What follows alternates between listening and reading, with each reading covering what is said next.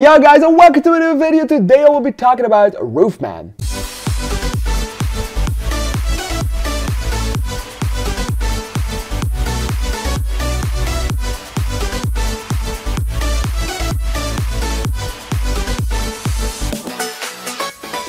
Alright, so Roofman is this true story based upon the story of Roofman, Jeffrey Manchester, and Jeffrey Manchester is played by Channing Tatum. He does so in a perfectly fine way.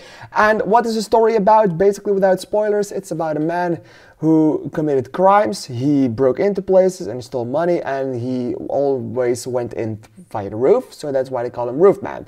And he got caught, and now he freed himself, and now he is living in a Toys R Us. That's basically the main thing of this film. That's basically everything you need to know before watching and before going into this film. Okay. Everything I love about Roofman, absolutely the performances, they are phenomenal. Channing Tatum has always been a funny actor. He always had comedic timing at his core. He always did best in such a scenario, and in this film particularly, he really shines in the comedic moments, but also in the more serious tones. Because this movie, it doesn't only have those comedic moments. It's not just a funny movie. It's not just a comedy. It also has really sincere, really heartfelt and really honest moments that make the movie as good as it actually is. Yes, this is a very good movie. It's not anything groundbreaking whatsoever, but it does enough to make you care for everyone, to make you care for the leading character, to make you care for Jeffrey, and to make you care for everything that he is doing right now and for everything that is going on in that store and everywhere else in this life.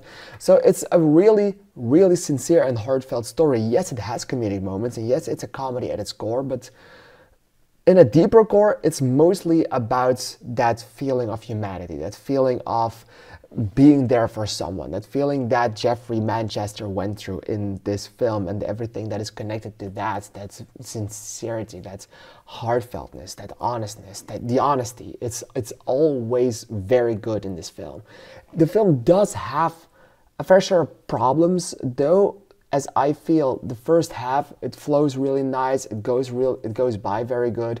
But in the second half, it really takes its time for some storylines, and it really takes its time to wrap certain things up that makes sure that a lot of the plot feels dragged out in the second half to make you feel the length of this movie. It's a little bit more than 2 hours, but you feel those 2 hours. It feels like 2 hours. At least for me, the pacing wasn't the best I have ever seen. It wasn't the best whatsoever. I liked it for what it was, but it could have been a fair share shorter for me, and I think the movie would have thrived a little bit of that to keep you in your seat a lot harder and to keep you in your seat a lot more easily. Because right now, because of the length, I was like, okay, how long are we go? Oh, it's okay, it was 20 minutes.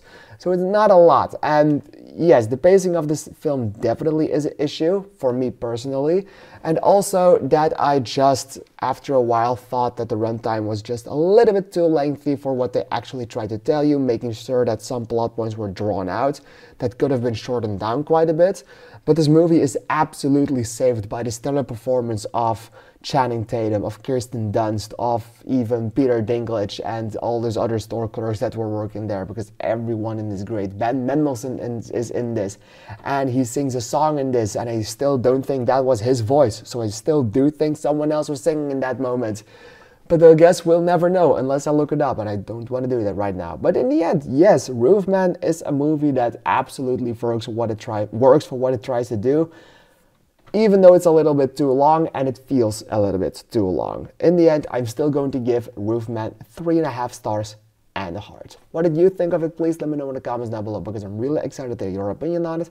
I want to thank you for watching, and I'd like to see you in the next video. Thank you, and bye-bye.